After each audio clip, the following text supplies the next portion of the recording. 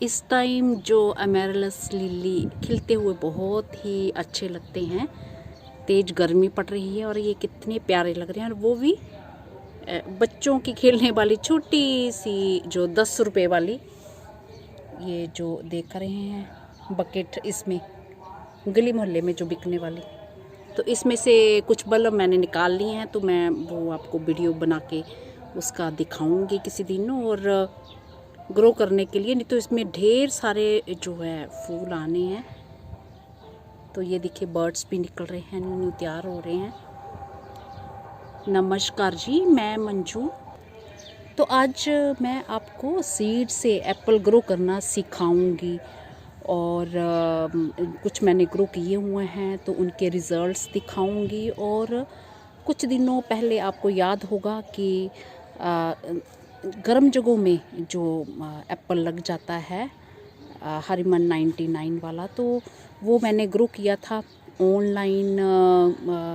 किसी के यहाँ आए होंगे, किसी किसान के यहाँ आए होंगे, और उनके भी कोई जानने वाले होंगे। उनके जो जानने वाले वो फिर मेरे हस्बैंड के जानने वाले। तो मेरे यहाँ प्लांट आना तो मुश्किल था, क्योंकि मैंने तो एक आधा ही पौधा मैं लगा सकती हूँ। हाँ, जो ऑनलाइन फिर किसान वगैरह, वो तो उन्होंने तो खूब सारे अपने खेतों के हिसाब से मंगवाए होंगे, तो उसके मैं रिज़ल्ट्स भी दिखाऊंगी। तो 2 बार ये तो मैं वीडियो बना चुकी हूँ। तो कहने को तो वो जो एप्पल प्लांट मुझे गिफ्ट में मिला, बट इनडायरेक्टली कहूँ तो मेरे हस्बैंड को ऑब्लिगेशन लेनी पड़ी है उसके लिए। तो फिर ये तो बनता ही है कि मैं उसकी ख़ास केयर करूँ। तो मैंने उस प्लांट की क्या ख़ास केयर की, क्या रिज़ल्ट्स हैं, ये भी आपसे शेयर करूँगी। और काफ़ी दिनों से मैं वीडियो बनाने का सोच रही थी, बट मैं टाइम ही नहीं निकाल पाई। तो आज मैंने सोचा कि आज तो मैं बना ही देती हूँ। तो हमारे जो जानने वाले हैं सीड ग्रो करने का, उन्होंने सबसे बढ़िया टाइम जो है सर्दियों में दिसंबर, जनवरी, फरवरी बताया। तो मैंने 22 फरवरी को ग्रो किए थे। तो आज जो है 29 मार्च हो गया है। तो चलो लगा के देख लेते हैं क्या रिज़ल्ट्स रहते हैं।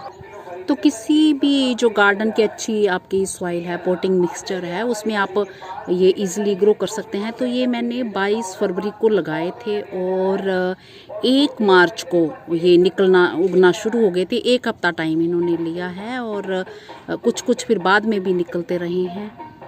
और इसमें मेरे कुछ प्लांट्स जो सर्दियों के लग रखे थे, तो ज़रा सी जगह बची थी, मैंने उसी में सीड डाल दिया था। तो सीड जो जैसे हम एप्पल काटते हैं तो इस तरह से ये चुन लेते हैं। इसमें कुछ पुराने सीड भी हैं, क्योंकि मैं कुछ दिन पहले इन्हें ग्रो करना चाह रही थी। कुछ कल के हैं, कुछ परसों के भी हैं। तो मैंने कहा चलो अभी, चाहे हमारे आज का टेम्परेचर अनुमानित 41 डिग्री बताया गया है और कल का 40 था, तो चलो देखते हैं क्या रिज़ल्ट्स रहते हैं। अभी हम तेज़ धूप में नहीं रखेंगे, इन्हें छाया वाली जगह में रखेंगे। तो ये जो मिट्टी मेरी गिल्ली है, सुबह मैंने पानी दिया था, और ये सीड्स हम ऐसे ही ये डाल दे रहे हैं इस तरह से। एप्पल लगे ना लगे, अगर पौधा भी तैयार होता है तो भी मुझे खुशी होती है कि मेरे घर में ये पौधा लगा हुआ है। तो ये इस तरह से हमने ये ग्रो कर दिए हैं, ये सब डाल दिए हैं। अब ये नहीं पता मुझे, जो पुराने हैं, कुछ दिन पुराने हो गए हैं, वो लगते हैं कि नहीं लगते हैं।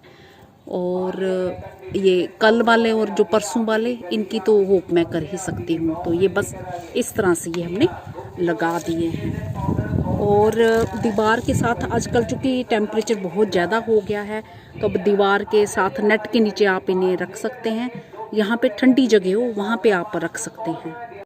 चूँकि जब मेरे पास वो एप्पल का प्लांट आया, तो उस पर आपने देखा ही होगा कि किस तरह से था। तो ऑनलाइन किसान ने शॉपिंग की हुई थी, तो बिल्कुल उसकी जो रूट स्टॉक थी, कोई उसकी रूट्स में मिट्टी नहीं बंधी हुई थी। तो रूट्स बिल्कुल दिख रही थी, हटी हुई थी, जैसे धुला हुआ हो उस तरह से। और जो ग्राफ्ट किया हुआ ऊपर हिस्सा था, तो वो भी जो हिस्से में, उस कटिंग वाले हिस्से में कोई ऊपर बंद नहीं किया हुआ था, ताकि वो सूखे नहीं। तो मुझे मन में डाउट हो रहा था कि पता नहीं चलेगा कि नहीं चलेगा। पहले तो मुझे ये लग रहा था कि जो रूट स्टॉक है वो भी सही होगा कि नहीं होगा। तो मैंने अपने घर वो बकेट में उसको आते ही पानी में डाल दिया था, और 2-3 दिन के बाद मैं देखती हूँ कि उसमें फुटाव आ गया।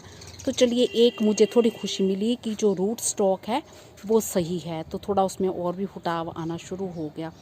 और फिर एक वीडियो बीच में जब मैंने बनाया था तो मैंने शेयर किया, तो किस तरह से मैंने उस पर सब बताया कि मैंने जो ग्राफ्ट किया हुआ हिस्सा था उसके ऊपर मैंने बैग, पॉली बैग बांध दिया था ताकि वो उसका मॉइस्चर जाए बाहर ना जाए, निकले, वो हरा भरा रहे, उसे छाया भी मिले। तो कुछ दिनों के बाद है उसमें न्यू ग्रोथ होना शुरू हो गई थी, तो मैंने आपको दिखाई भी वो ग्रोथ। और मुझे मेरी खुशी का बिल्कुल भी ठिकाना नहीं रहा जब मैंने उस जो ग्राफ्ट किए हुए हिस्से में जब मैंने जो न्यू ग्रोथ दिखी, तो स्टेप बाय स्टेप ये हो रहा था कि सफलता उस पर मुझे मिल रही थी, तो मुझे बहुत ही बढ़िया लग रहा था। तो अगली चीज़ क्या होनी थी कि जो ग्राफ्ट किए हुए हिस्से पे जो कटिंग पे टेप बांधते हैं, उसे ग्राफ्ट करते हैं, तो मुझे वो हटानी थी। तो उसमें जो हटा के फिर मैंने आपके सामने ही वो हटाई थी। बहुत ही अफसोस की बात है, मैंने उसमें बहुत जल्दबाजी कर दी। वो अभी जो ग्राफ्ट वाला हिस्सा था वो अभी सही से जुड़ा नहीं था, अभी जुड़ नहीं पाया था वो, और मैंने बहुत पहले ही वो ग्राफ्टिंग हटा दी। और मैं शाम के टाइम आके देखती हूँ कि जो न्यू ग्रोथ है वो हल्की मुरझाने लगी है। और एक बार मेरे दिमाग में आया कि जो ग्राफ्ट किया हुआ हिस्सा है, जहाँ पे कटिंग को ग्राफ्ट किया हुआ है, अभी वो हरा भरा ही है, इसलिए उस पर न्यू ग्रोथ आई है, तो मुझे टेप फिर से बांध देनी चाहिए। बट मैंने सोचा और करा नहीं काम, ये आलस्य कह लो या जो भी कह लो। तो अगर मैं इतनी सी मेहनत कर लेती तो क्या रिज़ल्ट्स रहते वो बाद की बात बाद में रहती, बट मुझे थोड़ी संतुष्टि तो मिलती कि ओब्लिगेशन लेने के बाद वो प्लांट मेरे पास आया और मैंने उसकी ठीक से केयर नहीं कर पाई। तो कई सारी चीज़ हमारे पास सीड्स होते हैं, पौधे होते हैं, ख़राब हो भी जाते हैं, तो हम सोचते हैं कोई बात नहीं, इस बारी नहीं तो अगली बारी सही। बट अब मुझे नहीं लग रहा कि वो प्लांट मेरे पास आ पाएगा। तो 3-4 दिन के बाद क्या होता है कि ये ग्राफ्ट किया हुआ हिस्सा ये ऐसे अलग, तो मेरी जल्दबाजी ने जो मेरा एक्सपेरिमेंट बिल्कुल ख़राब कर दिया, और मेरा मन जितना खुश हुआ था उतना ही उदास हुआ। मुझे बहुत ही ज़्यादा बुरा लगा, क्योंकि टेप जो है अच्छे से जुड़ जाना चाहिए, तो फिर काफ़ी टाइम के बाद निकालना चाहिए।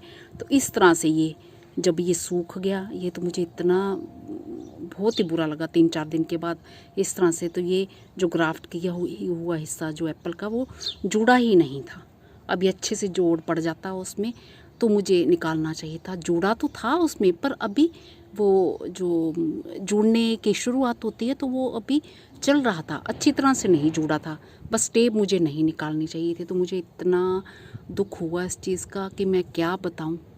तो बहुत बारी मैं इस तरह की बहुत सारी मिस्टेक्स कर जाती हूँ, और फिर इनसे मुझे लेसन मिलता है और सीखने को मिलता है। फिर अगली बारी मैं सोच समझ के काम करती हूँ कि मुझे ये नहीं करना है।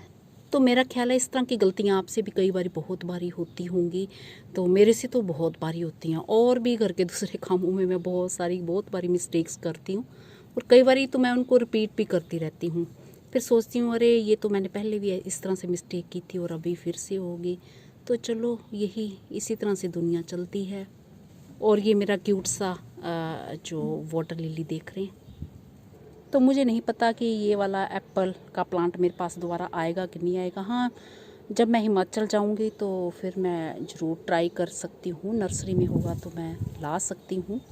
बट इतनी दूर से लाना बड़ा ही मुश्किल होता है, और ये तो मुझे घर बैठे ही मिल गया था। तो चलो कोई ना मंजू, इस तरह से उदास नहीं होना चाहिए, इसी तरह से दुनिया चलती है।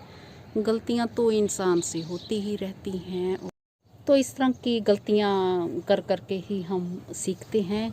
कई गलतियाँ करके बड़ा बुरा लगता है, जो चीज़ थोड़ी ज़्यादा मेहनत से आई हो और जिसका आना थोड़ा मुश्किल होता है तो उसके लिए बुरा लगता है।